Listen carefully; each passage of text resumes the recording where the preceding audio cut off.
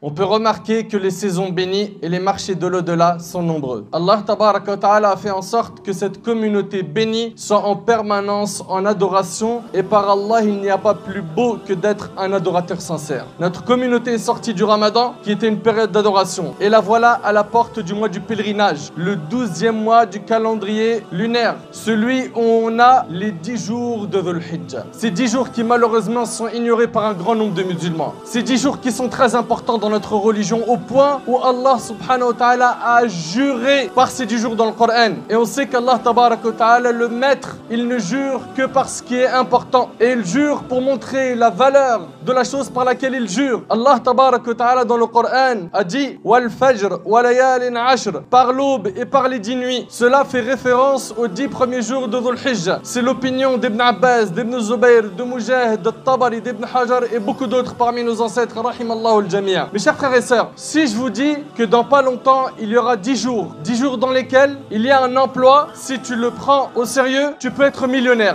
10 jours, tu les consacres à ce travail, tu deviens millionnaire. Qui d'entre nous va penser à autre chose que cet emploi? L'étudiant va peut-être faire un break dans ses études. Celui qui travaille va peut-être poser des congés. Pourquoi? Parce qu'en 10 jours, il peut être millionnaire. Il sait qu'ici, il peut gagner énormément. Et l'appât du gain, vous savez très bien, ça attire tout le monde. Là, mes frères et sœurs, on ne parle pas de millions d'euros, mais on parle de grandes récompenses auprès d'Allah subhanahu wa ta'ala. On parle d'une occasion en or où tu peux te racheter auprès d'Allah. On parle d'une occasion où tu peux te réconcilier avec ton maître. Le prophète sallallahu alayhi wa sallam a dit: les meilleurs jours de ce monde sont les 10 jours de Dhul Hijjah. Et quand on dit les 10 jours, est-ce qu'on parle de la première décade, la deuxième ou la troisième? On parle de la première, c'est-à-dire c'est les 10 premiers jours du mois de Dhul Hijjah qui arrivent dans quelques jours, bi'idhnillah. Malheureusement, un grand nombre de musulmans sont insouciants face à ces occasions en or où on peut gagner beaucoup. Vous savez, mes frères et sœurs, quand quelqu'un va chez le médecin et que le médecin, en le consultant, il s'aperçoit qu'il a au départ une petite maladie. Puis, il continue à creuser et le médecin voit une autre maladie. Et il continue à creuser jusqu'à ce qu'il voit un cancer. On est bien d'accord que ce médecin va d'abord traiter le cancer avant les autres maladies. Pourquoi? Il va fonctionner par ordre de priorité. Nous, malheureusement, on a plein de problèmes, on a plein de mashakil. On a des épreuves dans le travail, des épreuves dans nos familles, des épreuves de santé, des épreuves dans le couple, des épreuves, on en a, en veux-tu, en voilà. Mais la plus grande épreuve qu'on a et face à laquelle nous sommes insouciants, c'est qu'on s'est éloigné d'Allah et on s'est attaché à ce bas monde. Et s'il y a quelque chose à soigner en priorité, c'est ça, c'est le plus grand problème qui nous a touchés. L'attachement aveugle à cette dunya, au point où on ne pense plus à l'akhira, l'au-delà. On a vendu l'au-delà pour un vil bas monde, pour un petit peu d'argent, pour le pouvoir, pour la notoriété. On est prêt à lâcher notre religion et on se plaint des problèmes. Tu n'as pas soigné le plus grand de tes problèmes, à savoir ta relation bancale avec Allah. Dans quelques jours, on va accueillir les 10 jours de Dhul Hijjah. Ces 10 jours qui ont un grand mérite. Ibn Hajar rahimallah, il dit que ces 10 jours ont une particularité spéciale. Vous savez c'est quoi? C'est que toutes les adorations sont réunies dans ces 10 jours.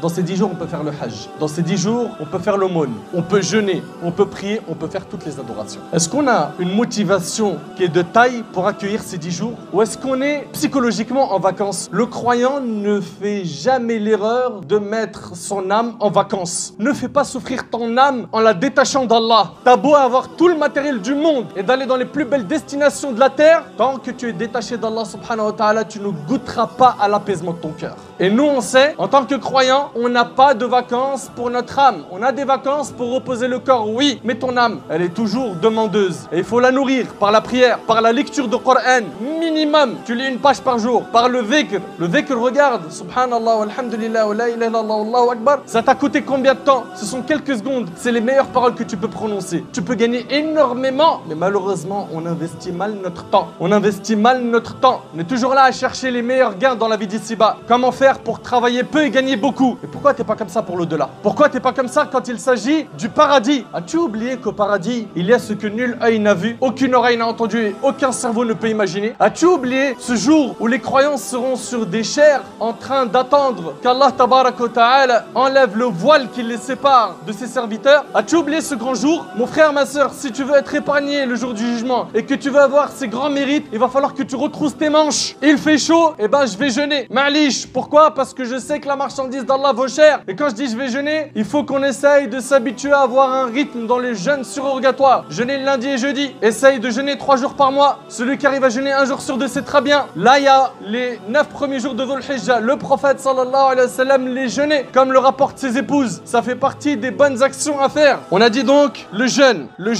des 9 premiers jours. Pourquoi pas le 10e? Car le 10e jour de Dhul Hijjah, c'est le jour de l'Eid. Et le jour de l'Eid, c'est interdit de jeûner en islam. Deuxièmement, multiplie le dhikr pendant ces jours. Le dhikr, c'est les formules de rappel. Comme le fait de dire Subhanallah, Alhamdulillah, La ilaha illallah, Allahu Akbar, La hawla wa la quwwata illa billah. Selon Abdullah ibn Umar, radiyallahu anhu, le prophète sallallahu alayhi wa sallam a dit: il n'y a pas de jour plus important auprès d'Allah et au cours desquels les œuvres sont plus aimées de lui que durant ces 10 jours. Donc, dans cette période, répétez les formules Allahu Akbar, La ilaha illallah, Alhamdulillah. Le hadith il est rapporté par l'imam Ahmad. Partout où on se trouve, multiplions le dhikr. Dans la mosquée, à la maison, sur le chemin du travail.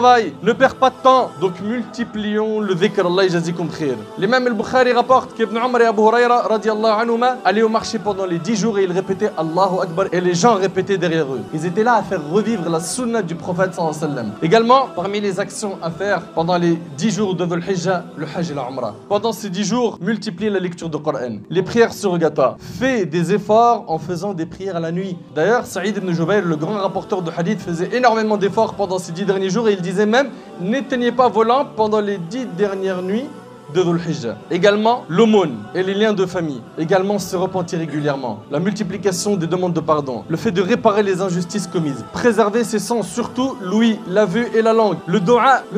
Combien d'entre nous, on a des demandes à adresser à Allah subhanahu wa ta'ala et on adresse à Allah subhanahu wa ta'ala que 5% de nos demandes. Et on sait qu'on a besoin d'Allah subhanahu wa ta'ala, mais on lui demande pas assez. Il faut demander à Allah également, et ça c'est un point très important, celui qui se sent incapable de faire tout ce qu'on a cité, qu'au minimum il s'abstienne de faire du mal, car il y a en cela beaucoup de bien. Beaucoup de bien. Parmi ce qui est recommandé aussi, on a le sacrifice d'une bête le jour de l'Eid. Mes frères et sœurs, ne ratons pas cette occasion. Faites profiter votre famille de cette période bénie. Vos amis, afin que soit averti l'insouciant et afin d'encourager le paresseux. Et n'oubliez pas que celui qui indique un bien en a la même récompense et qu'en tant que musulman, on a le devoir du bon conseil et qu'aucun d'entre nous ne sera un véritable croyant que lorsqu'il aimera pour son frère ce qu'il aime pour lui. Qu'Allah tabarak wa ta'ala nous donne la force et la motivation de pouvoir œuvrer pendant ces 10 jours et durant toute notre vie comme il se doit. Qu'Allah subhanahu wa ta'ala accepte nos œuvres, qu'Allah azza wa jal nous accorde la sincérité et la piété, qu'Allah tabarak wa ta'ala nous ressuscite en compagnie des pieux, à leur tête le prophète sallallahu alayhi wa sallam, et qu'il nous fasse rentrer avec lui au paradis.